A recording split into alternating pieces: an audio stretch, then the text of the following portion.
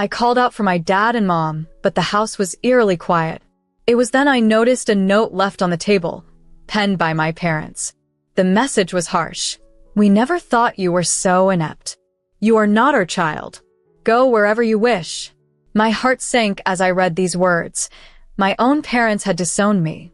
In utter shock, unable to shed a tear, I raced to my choreographer teacher's house.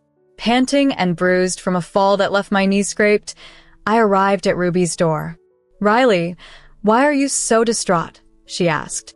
I choked back tears and relayed the hurtful words and abandonment. Ruby was speechless at first, but then she comforted me. "Don't worry, you are not inept." Her reassuring words allowed my tears to finally flow. "But I am all alone now," I sobbed. "That's not true. I will protect you," she promised, and from that moment, she was a constant presence in my life. Ruby had always believed in my potential. Encouraged by her faith in me, I resumed my violin practice with renewed vigor. "If you work hard, you can become an exceptional musician," she encouraged me. "Can I really be one?" I asked. "Absolutely, if you dedicate yourself," she assured. "The ones who will regret this are your parents." 7 years later, after intense training, I reunited with my family during a concert where I performed with more passion than ever. At the end of my performance, my parents sought my forgiveness. Now 19, I have established myself as a touring soloist abroad. The experiences and the people I met along the way have shaped who I am today. Growing up, music was a family affair. Ellie, my elder sister by 2 years, started violin lessons early at our father's urging. Both our parents, steeped in musical backgrounds, anticipated that we would follow in their footsteps. "Riley, from today, you'll take lessons with your sister," Dad announced. I was thrilled to embark on this musical journey. When I was 7, I met Ruby, who taught me everything from the basics to advanced techniques. Learning violin was exhilarating, and I soaked up every lesson. However, my progress caused friction. "Why do you favor Riley and not Ellie?" my mother questioned Ruby one day. "Ellie is clearly more talented," she insisted, while my sister smirked beside her. This painful episode was a turning point, leading me to reassess my relationship with my teacher and my commitment to the violin. Ruby responded firmly, "Riley is just beginning. It's essential she gets the encouragement she needs." This marked a new chapter in my musical education, one where I had to strive harder than ever to prove my worth. Indeed, Ellie has a natural flair for things quite unlike me. She seems to have grasped skills effortlessly, a talent I admired yet found challenging to emulate. From a young age, I made it a point to speak respectfully to my parents, constantly striving not to upset them despite the difficulties at home. The highlight of my days was my violin lessons with Mr. Daniel, the only solace in my otherwise tense environment. "Riley, you look upset. Is everything all right?" Mr. Daniel would often ask during our sessions. "It's tough at home," I'd confess, once the room was cleared, feeling safe to express my feelings. Home life wasn't easy. As years went by, the relationship with my parents felt less like a family bond and more like a formal acquaintance. "Tonight's dinner looks more elaborate than usual. Didn't we just attend a violin competition?" I would remind them subtly. Yes, that was the event where Ellie shone the brightest, an occasion my parents chose to celebrate lavishly, praising her achievements. I attempted to partake in the celebration, only for Ellie to curtly ask, "Why is Riley here?" This celebration has nothing to do with her. I was stunned, half expecting my parents to step in. But they didn't. "Indeed, it's Ellie's night," they echoed. Feeling a tightness in my chest, I was asked to return to my room. "Why does it have to be like this? Today's supposed to be special for us all," I pleaded to my father, who simply replied, "Stay in your room until we call you." Alone, ostracized, and feeling scarcely a part of my own family, I retreated to my room, tears streaming down as I buried myself under the blankets. Time blurred as I lay crying, my pillow damp with tears.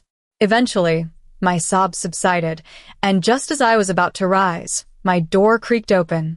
It was Ellie. "Have you been crying?" "Well, it doesn't really matter. Here, you must be hungry," she said, handing me the dinner leftovers. Her words stung. Leftovers for the sister not worthy of the main table. Once you're done, do the dishes. We'll be having cake, she added before closing the door. As I ate in solitude, I wondered how long this treatment would last. It became a daily routine, my presence at home growing increasingly invisible. Then, during the summer of my first year in elementary school, a family trip was suddenly planned. We're thinking of going to Florida, my family discussed excitedly, oblivious to the growing distance between us. I was always on the sidelines during conversations, blending into the background.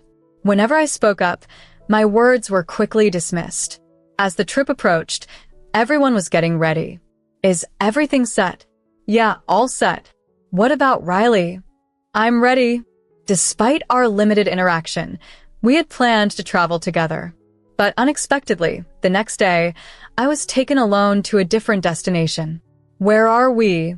This is your grandmother's house. I had never met my grandparents before.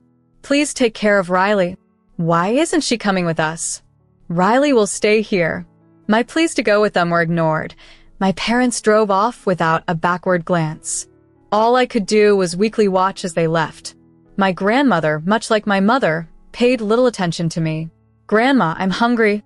I didn't prepare any meals. You'll have to fend for yourself. Her words were harsh, and her glare was stern. Luckily, my parents had left me some money, so I managed to buy sandwiches and a drink from a nearby store, ignoring the curious stares of strangers. Why are you out so late? I went to buy some food. If you go out, I will be scolded. Then what should I do? In that moment, my grandmother raised her hand to me, but then a scolding voice interrupted. What are you doing? That's not the issue. What are you doing to her? It was my grandfather. Despite his poor health and being mostly confined to his bed, he sensed something was amiss and intervened. After that, my grandmother backed off. Really? What are they thinking, neglecting their own daughter like this? But I'm not lonely, Grandpa, because I have you. Is that so, Riley? You are such a good child. I felt supported by my grandfather's presence. He looked after me throughout the week. When my family returned from their trip, my grandfather confronted my mother as they came to pick me up. How can you just leave your daughter like that? Don't change the subject. This is a family matter. My mother dismissed his concerns and briskly pulled me away. We're going home. I couldn't even properly say goodbye to my grandfather. You didn't say anything unnecessary, did you? No, I didn't. We probably won't see each other again. As we got home, I was overwhelmed by the laughter and fun stories of the trip, feeling more isolated than ever in the contrasting joy of their recounting. I withdrew to my bedroom, burdened with the desire to grow up swiftly, hoping to escape the difficulties of my young life. However, the hardships I faced were far from over. Approximately 3 months after a particularly challenging ordeal, one morning I noticed my mother engaged in frantic activity. Curious and concerned, I asked her what was wrong. Without looking up from her tasks, she replied tersely, "Your grandfather has passed away. I'm very busy now, please don't disturb me." Her words hung heavily in the air, marking another painful chapter in my life. My mother's brusque handling of the situation and her evident annoyance during the subsequent funeral and wake left a deep impression on me. In what seemed like no time at all, I turned 8, and the very next day, I had a scheduled violin lesson, which had become my solitary comfort. My family appeared preoccupied with other matters, leaving me confined to my room. I could only guess at the flurry of activity outside from the occasional sounds that reached me. When the day of my violin lesson arrived, my sister, who usually prepared with me, only laughed dismissively at my readiness. "I don't need to go anymore. You better hurry up," she teased. After the lesson, when my mother failed to pick me up, Ruby, my violin instructor, tried calling her but to no avail. Growing anxious, I decided to walk home alone, despite the darkness. The usually locked front door was oddly unlocked. Inside, the house was eerily silent. A chilling note awaited me on the kitchen table from my parents, declaring their abandonment because of my supposed incompetence. Shocked and unable to cry, I ran to Ruby's home. Despite tripping and scraping my knees, I pushed forward, driven by desperation. When I arrived, battered and tearful, I told Ruby everything. Overwhelmed by the situation, Ruby struggled to find words, but eventually offered reassurance and a comforting embrace, promising to always be there for me. That night, as I stayed at Ruby's house, I found a small measure of solace in the promise of protection and support in the face of my newfound solitude. In a quaint town, there lived a married couple who welcomed me into their home after my family vanished without a trace. The husband, touched by my plight, shared in my distress as if it were his own. One night, as I drifted into sleep under their roof, I pondered what life would be like if they were my actual parents. The following morning, as sunlight seeped through the curtains, we began to sift through the remnants of my past, hoping to unearth any clues about my missing family. It was then that we discovered a previously unnoticed second page of a letter left behind. This revelation brought a mix of shock and intrigue. Ruby, the wife, carefully read the newfound page, her disappointment palpable. The letter explained that my parents had left me in the care of my grandmother, a plan of which she was entirely unaware. Confronted with the reality that my grandmother felt unable to look after me, Ruby proposed to take on the responsibility herself. The sense of abandonment stung deeply. Ruby's outrage at my family's irresponsibility echoed my own feelings, but her readiness to stand by me offered some comfort. Deciding to leave my past behind, we packed my essentials, and I left the house, my emotions overwhelming me. Ruby was more than just a guardian. She believed in me profoundly. Despite the pain of my parents' departure, which lingered like a shadow, I was slowly finding my place in this new life under her guidance. One day, emboldened by a newfound resolve, I declared my intention to resume playing the violin, a link to the family I once knew. Ruby supported this decision wholeheartedly, revealing that she had kept secret from everyone the extent of my musical talent, which she believed surpassed even that of Ellie, a family friend known for her musical skills. Inspired by Ruby's faith in me, I decided it was time to prove my worth, not just to myself, but to those who had left me behind. Training became rigorous.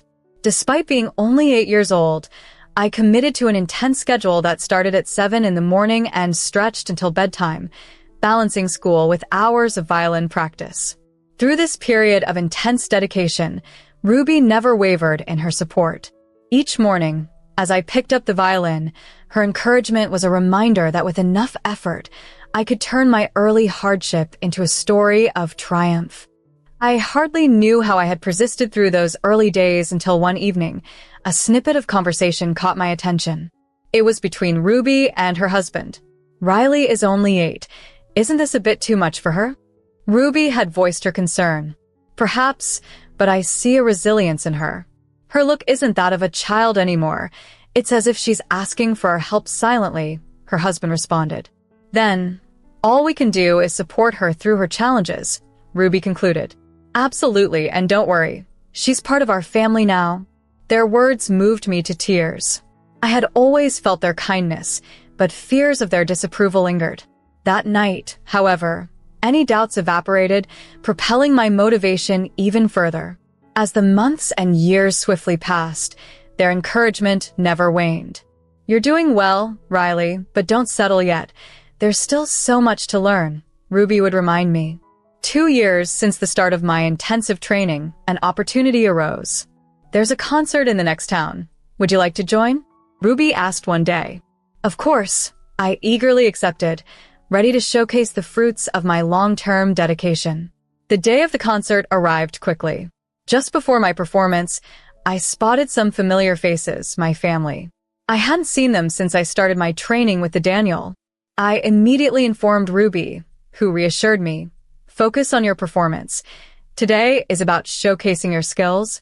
Her words steadied me. As I stepped onto the stage, any nerves dissolved, replaced by a thrilling anticipation.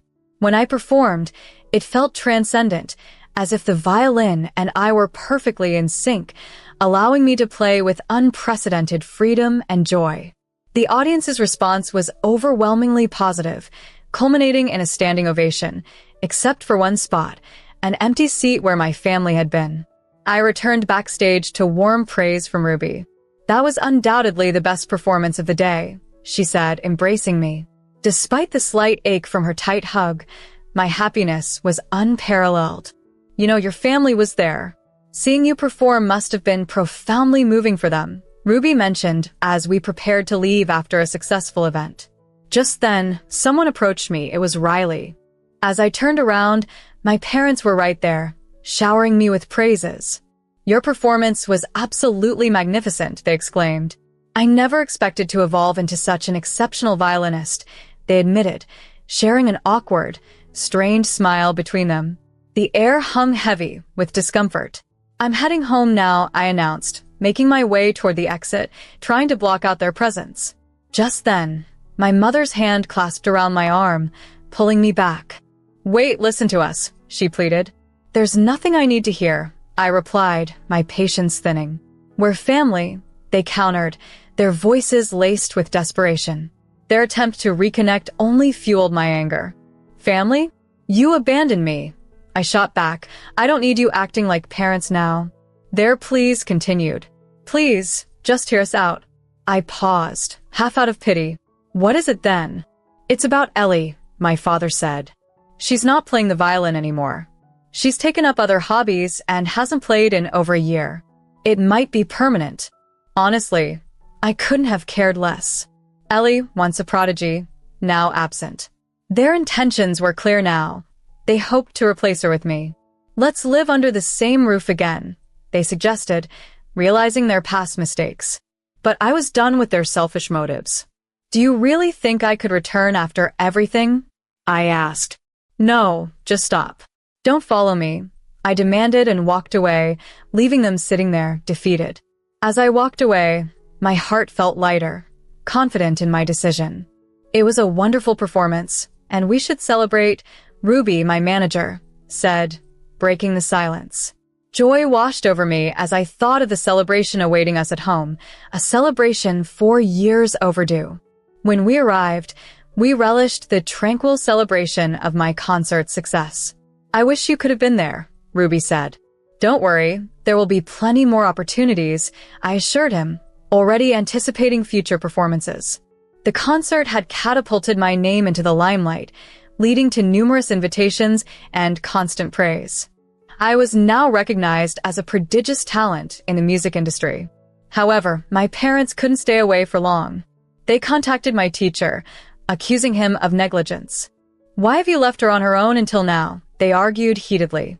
This clash marked another chapter in the ongoing saga, but I remained steadfast, ready for whatever lay ahead.